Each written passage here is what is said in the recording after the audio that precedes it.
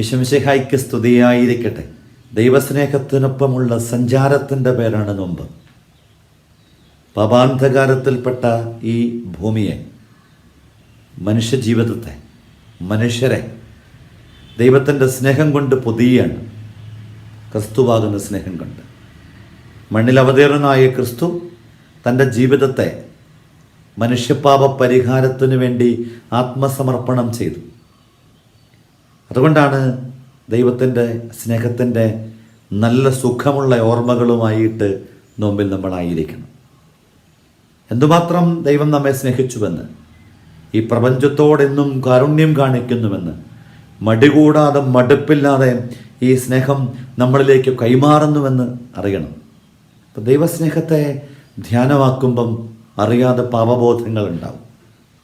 ഒരു ധ്യാനകൂടാരത്തിൽ പാപത്തെക്കുറിച്ചൊന്നും പറയാതെ കുമ്പസാരക്കൂട്ടിലിരുന്നപ്പം ആളുകളിങ്ങനെ അനുതാപക്കണ്ണീരോടുകൂടിയിട്ട് എന്നെ സ്നേഹിക്കുന്ന, എന്നെ പരിഗണിക്കുന്ന, എൻ്റെ ജീവിതത്തിൻ്റെ സമസ്ത മേഖലകളെയും ഇത്ര കരുതലോടുകൂടെ കാത്തുപാലിക്കുന്നവൻ പാപം വഴി അകന്നുപോയതിൻ്റെ നൊമ്പരം പങ്കുവെക്കുന്നത് കേൾക്കാനിടയെ.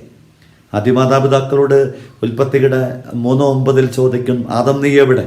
ഇതേ ചോദ്യം ഇന്നും ആവർത്തിക്കപ്പെടുകയാണ്. ദൈവസ്നേഹത്തിൻ്റെ എണ്ണമറ്റ അനുഭവങ്ങൾ, അടിമുടി അടപടലം നമ്മളൊക്കെ അനുഭവിച്ചിട്ട് അവന്ന മഹാത്ഭുതം, നമ്മുടെ ശരീരം, അവയവങ്ങൾ, അവയുടെ ക്രമം, അവയോട് ബന്ധപ്പെട്ട ദൈവിക പദ്ധതികൾ എല്ലാം കുട്ടി വായിക്കുമ്പം നന്ദി പറയാനാവാത്ത വിധം അനുഗ്രഹങ്ങളാണ്. എണ്ണമറ്റ അവർണ്ണനീയമായ ദാനങ്ങളാണ് അവയെല്ലാം. ഇതൊന്ന് തിരിച്ചറിയാനായിട്ട് ആ ദൈവസ്നേഹത്തിൻ്റെ നന്ദി അനുഭവങ്ങളെ, വാക്കുകൾ തീരാത്ത വിധം വർണ്ണിക്കാനാവുന്ന ദൈവസ്നേഹാനുഭവങ്ങളെ ഓർത്തെടുക്കാനുള്ള നാളുകളായി നോമ്പുകാലത്ത് മാറ്റാം.